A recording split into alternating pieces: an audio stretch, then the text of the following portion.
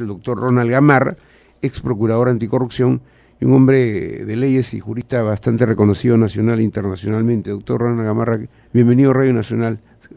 Gracias por la invitación y la generosa presentación. Bueno, por favor. Usted sabe que por lo que hemos leído los que no somos juristas, hemos captado rápidamente que ahí hay un conflicto. Un conflicto, una guerra de poderes, dicen algunos, ¿no? Políticamente hablando, entre Villestein y contra el actual presidente de la Corte Suprema, el doctor César San Martín, porque ya esto se ha venido arrastrando hace bastante tiempo y parece que el mejor escenario para mostrar ya clarificadamente la oposición era utilizar al ex procurador Viteri en esta sesión de la Corte Interamericana, creando realmente un espectáculo deplorable, ¿no? Absurdo, dejando muy mal al Estado peruano. Bueno, sí, lo primero que hay que decir es que si el ciudadano promedio se preguntaba por qué la Corte Interamericana de Derechos Humanos falla recurrentemente contra el Estado peruano, creo que todos aquellos que vieron todo o parte de la audiencia de la semana pasada comprenderán fácilmente por qué es que el Estado peruano pierde sus casos ante la Corte Interamericana de Derechos Humanos, ¿no? En segundo lugar, lo que hay que decir es que el Estado peruano merece una mejor representación. Los ciudadanos que estamos representados por el Estado requerimos una defensa eficiente ante la Corte Interamericana de Derechos Humanos, independientemente incluso ya de los argumentos. Lo mínimo que le podemos exigir a nuestros abogados en sede internacional es que tengan una postura y que en todo caso esa postura sea contraria a la que presentan los demandantes. Pero en vez de nosotros debatir con los demandantes, nos podemos a debatir al interior de nuestra propia representación, con el ridículo internacional que eso significa, y por supuesto eso no nos lleva sino a perder ese caso, porque es evidente que la Corte Interamericana de Derechos Humanos en este caso va a fallar otra vez contra el Estado peruano, ¿no? De una manera elegante, de una manera diplomática, pero le va a decir al Estado peruano, ¿no es cierto?, que todavía el tema de su mandato, de la sentencia del 2001 en el extremo que se investigue, juzgue y sancione, no ha sido cumplido y que por lo tanto no lo va a decir directamente, pero que se anule esa sentencia de Villestein, ¿no? Hay algunos funcionarios o exfuncionarios, como en este caso el ex procurador, que tienen, como se dice, la testa dura, no sé, la cabeza dura. Sí. No he entendido, porque finalmente se ha demostrado con documentación exhibida por el presidente César San Martín que se le había dado instrucciones precisas, y el procurador no es cualquier persona, ¿no? No. Él tiene que llevar la posición formal, oficial del Estado peruano. Ahora, ¿qué va a pasar realmente a partir de esto? La Corte, que ha quedado totalmente sorprendida por este espectáculo, absolutamente vergonzoso, pero ¿cómo va a fallar? ¿Va a fallar de todos modos, como usted dice, en contra del Estado peruano? Yo creo que es evidente, ¿no? Para empezar, no se pueden presentar dos posiciones contradictorias, ¿no es cierto? Y después que uno trata de aclarar, el doctor Cubas trata de aclarar cuál es la verdadera postura del Estado peruano, el otro representante levanta la mano y quiere intervenir. Supuestamente como representante del Poder Judicial, cuando lo que se discute en sede internacional no es la responsabilidad presunta o real del Poder Judicial, de una sala penal permanente o de un vocal supremo, sino la responsabilidad internacional del Estado peruano. O sea, que no entendamos eso es no entender el ABC del derecho internacional de los derechos humanos. Eso es un ridículo internacional, ¿no? Pero más allá de ese asunto, ¿por qué un procurador como el señor Viteri se atreve a decir lo que dijo en sede internacional, rompiendo un acuerdo, ¿cierto?, del Estado, la postura del Estado peruano? Mire, en mi concepto, pese a su visibilidad, el señor Viteri es un actor secundario en estos temas, ¿no? Es el muñeco de un supremo ventríloco aquí, ¿cierto? Y eso es lamentable, que alguien haya comprometido la responsabilidad internacional del Estado peruano por defender una postura que es cuestionada en sede internacional, ¿no? Es más, perdone, porque además el doctor Viteri ha salido ya hasta, incluso yo lo escuché, un abogado no se puede expresar como la forma como incluso un titular de un diario lo recogió, ¿no? Es decir, no sé si, con el perdón de ustedes, voy a repetirlo, pero no quería yo repetir. Dice que nosotros no podemos bajarnos los pantalones, dijo, ¿no es cierto? Una declaración grotesca, absurda del doctor Viteri, que demostró efectivamente su baja calidad como abogado, porque hay otros argumentos para decir lo mismo, pero desde el punto de vista, ¿no es cierto?, mucho más Sí, inteligente. claro, pero además, ya sobre el fondo de la cuestión, eso es de desconocer que el Perú ha suscrito la Convención Americana de Derechos Totalmente, Humanos y pero la lo que yo quiero competencia de la insistir Corte. es que cuando se designe funcionarios de esa calidad, pero por supuesto. tienen que ser pues de nivel, porque no puede salir este señor a decir, acá hay otro titular que dice que el doctor Biestein, Es un tonto útil. no, perdón, que el doctor César San Martín es un tonto útil de las ONGs, ¿no? Por ejemplo. En ¿no? absoluto, sí. Fíjese, la postura del doctor San Martín, que se refleja en el documento Posición Institucional del Poder Judicial, no es similar a la que sostienen las ONGs. Al contrario, las ONGs y los que trabajamos en derechos humanos estamos en contra de la postura institucional del Poder Judicial que presentó el doctor San Martín. Porque en ese documento el doctor San Martín señala que la sentencia Biestein es acorde con la sentencia que dio la Corte Interamericana en el 2001 y que es acorde también con la jurisprudencia de la Corte Interamericana de Derechos Humanos, cosa que no, en nuestro concepto, no es cierto. Pero más allá de eso, esa era la postura que llevó el Estado peruano y que debió ser defendida, ¿no es cierto? Entonces, ¿cómo alguien se puede atrever a cuestionar o a salirse de esa postura oficial? Pero ¿quién envía, por ejemplo, al señor Viteri como representante del Poder Judicial? ¿No tenía que ir solamente el procurador, el representante del Estado nada más? A ver, siempre va el procurador público supranacional, que es el agente del Estado ante la Corte Interamericana de Derechos Humanos, pero puede rodearse de otros abogados o representantes Pero del para Estado. aclarar, doctor Gamara, el que tiene que estar ahí como voz oficial es el representante del Ejecutivo, no del Poder Judicial. Sí, ¿No es cierto? a eso Así, iba, ¿no? a eso iba. El procurador público supranacional, el doctor Cubas, es el que tiene la voz del Estado en esa audiencia. Evidentemente, él puede compartir su intervención con otros profesionales o funcionarios públicos, que es lo que ocurrió. Uno invita para rodearse de gente experta. No para que pida la palabra y intervenga. No, si es que eso está coordinado previamente, Claro, en la representación peruana, le puedes dar la palabra. Pero tú sabes además, ya como representación peruana, qué es lo que va a decir cada uno y cuánto tiempo va a utilizar. Entonces, el doctor Viteri... O sea, la posición ya va conversada. Ya está absolutamente conversada. Ha roto la postura oficial del Estado peruano. La ha roto. ¿Y por qué la ha roto? Porque era el muñeco de un ventríloco supremo, ¿no? Bueno, ahora, el asunto es que este ex procurador fue cargado emocionalmente de ciertos conceptos, ¿no? Porque inclusive metió el tema de los caviares, dijo, ¿no? Cosa que pues lo podemos nosotros discutir porque estamos localmente, es algo peyorativo que se utiliza, pero en una corte, imagínense que en la corte internacional haya alguno lance una cosa de esas, perdemos el proceso. Así es como puede ocurrir acá. Entonces, ¿esto qué amerita? Amerita que se investigue de dónde parte la posición de Viteri, porque es importante saber. Yo creo que sí, ¿no? Quien conozca un tanto al señor Viteri sabrá pues que él, digamos, no tiene el carácter como para haber hecho por sí solo lo que ha hecho en sede internacional. Si él hubiera salido del libreto en cualquier otro lugar, en cualquier otro momento, bueno, hasta un jalón de orejas podría ser. Pero lo que ha hecho aquí es comprometer la responsabilidad internacional del Estado peruano, la prestancia del Estado peruano, por favor. ¿Qué es lo que... Qué ridículo hemos hecho ante la Corte Interamericana de Derechos Humanos? Creo que no hemos sopesado suficientemente eso. Ahora, de utilizar el término caviar que se utiliza aquí para, irónicamente, denostar de ciertos políticos o ONGistas, demuestra más bien la forma como lo dice en un fuero que no es el nuestro. No, él ha ido cargado de prejuicios, claro, obviamente, claro. Y eso no se puede hacer. O sea, en un proceso, yo no soy abogado, simplemente he sido muy de cerca. En un proceso no se puede llevar con esas cargas emocionales, pues. Uno puede tener emotividad, pero no a ese nivel de denostar, de utilizar términos peyorativos para agraviar. Esto no se puede llevar. Pero en fin, ahora, doctor Gamara, hay una denuncia, por lo menos una demanda para investigar a Biestein y a la Sala, ¿no? Esto está en el Consejo Nacional de la Magistratura. ¿Usted cree que va a prosperar? Habida cuenta que inclusive el propio César San Martín dijo, uno puede estar en desacuerdo con el fallo, pero es un fallo, pues, hay que respetarlo, dijo. ¿Usted qué dice? Sí.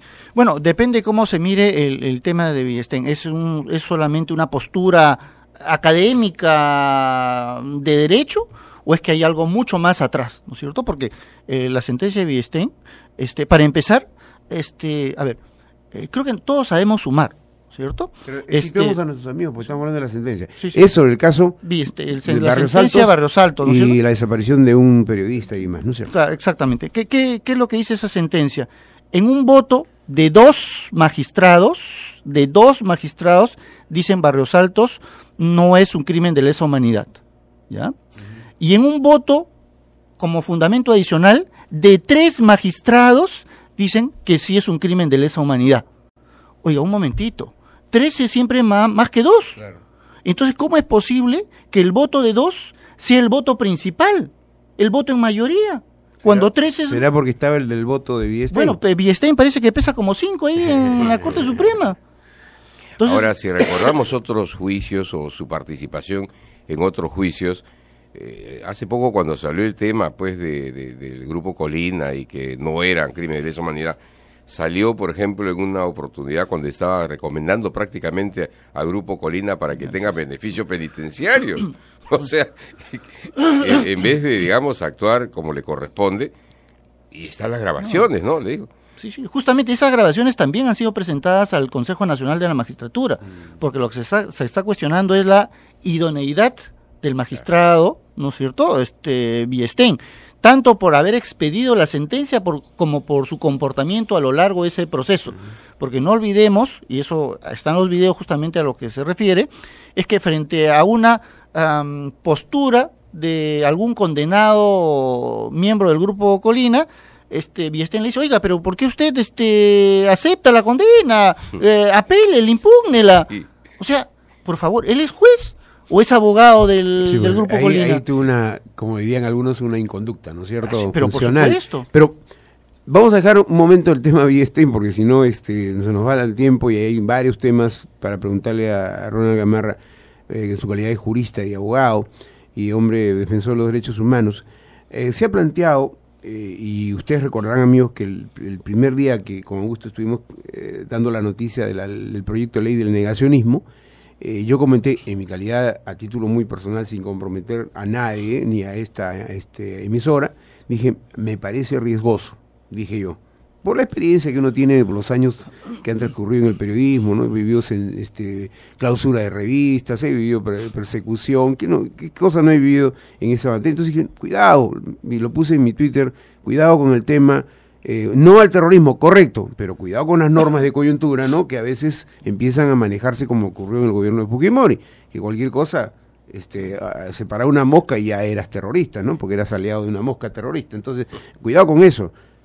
El proyecto de ley de negacionismo, según los promotores, va a ayudar a que la gente entienda bien esta tragedia que se vivió en el Perú.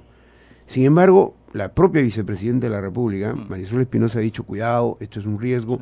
Acabo de leer 2 o 3 editoriales que también ya advierten la posibilidad de un riesgo para el derecho a la opinión que tienen los ciudadanos. ¿Cuál es su parecer? A ver, el Estado peruano no debe ser bobo ni suicida.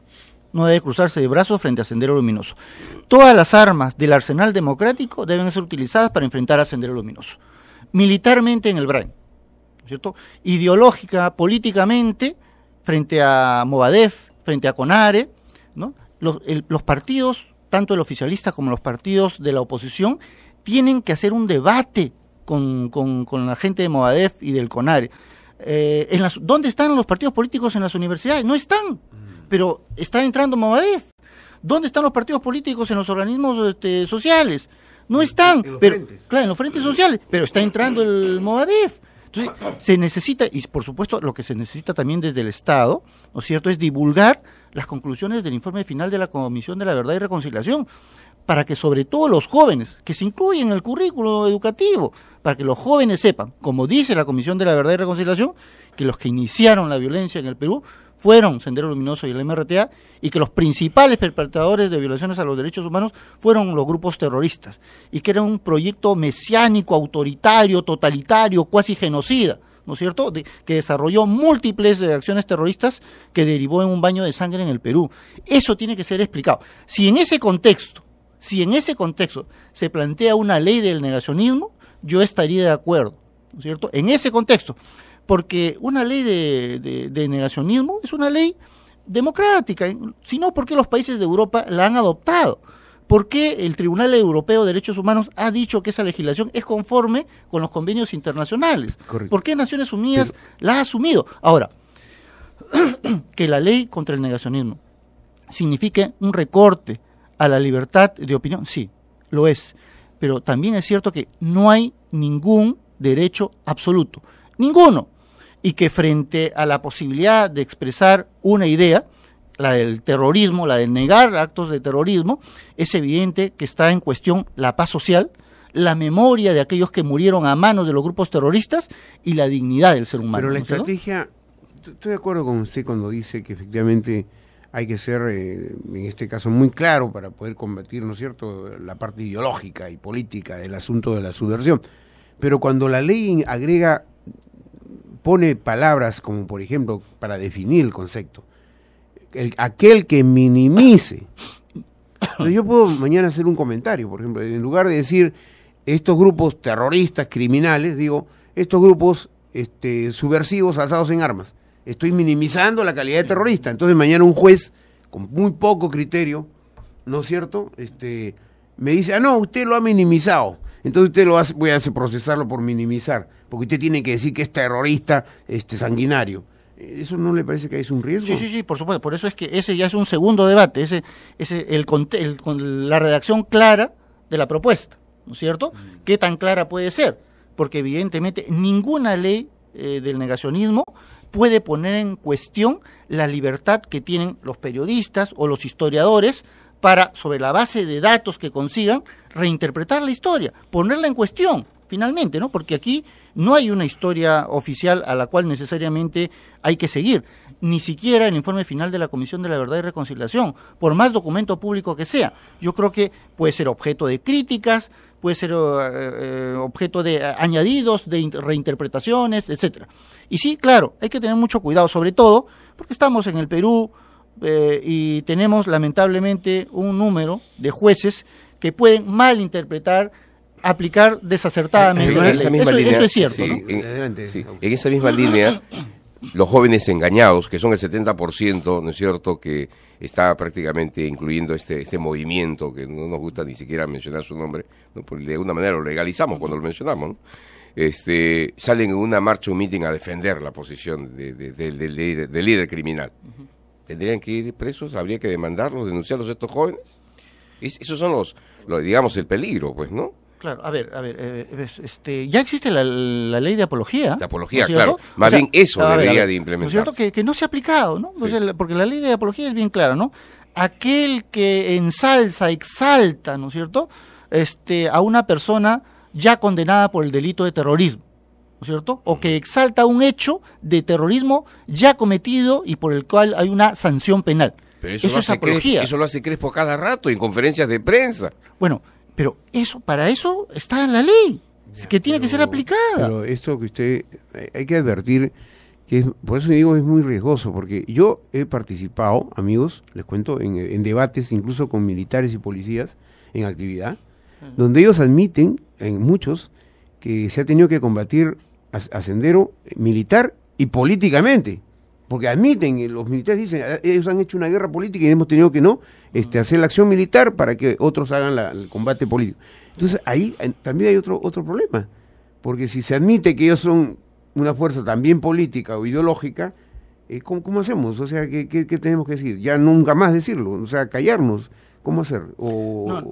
Ahí hay un problema, pues. Yo reconozco, bastante confuso, ¿no? Reconozco que sobre el fondo hay un tema ahí en el que está en cuestión el tema de la libertad de opinión, ¿no es cierto?, que preocupa a muchísimas personas, ¿no es cierto?, pero creo que la ley sí puede establecer algunos límites claros, ¿no es cierto? Porque en el lenguaje uno puede ensalzar y dar claramente, ¿no?, la idea de que está elogiando, pues haciendo apología, ¿no?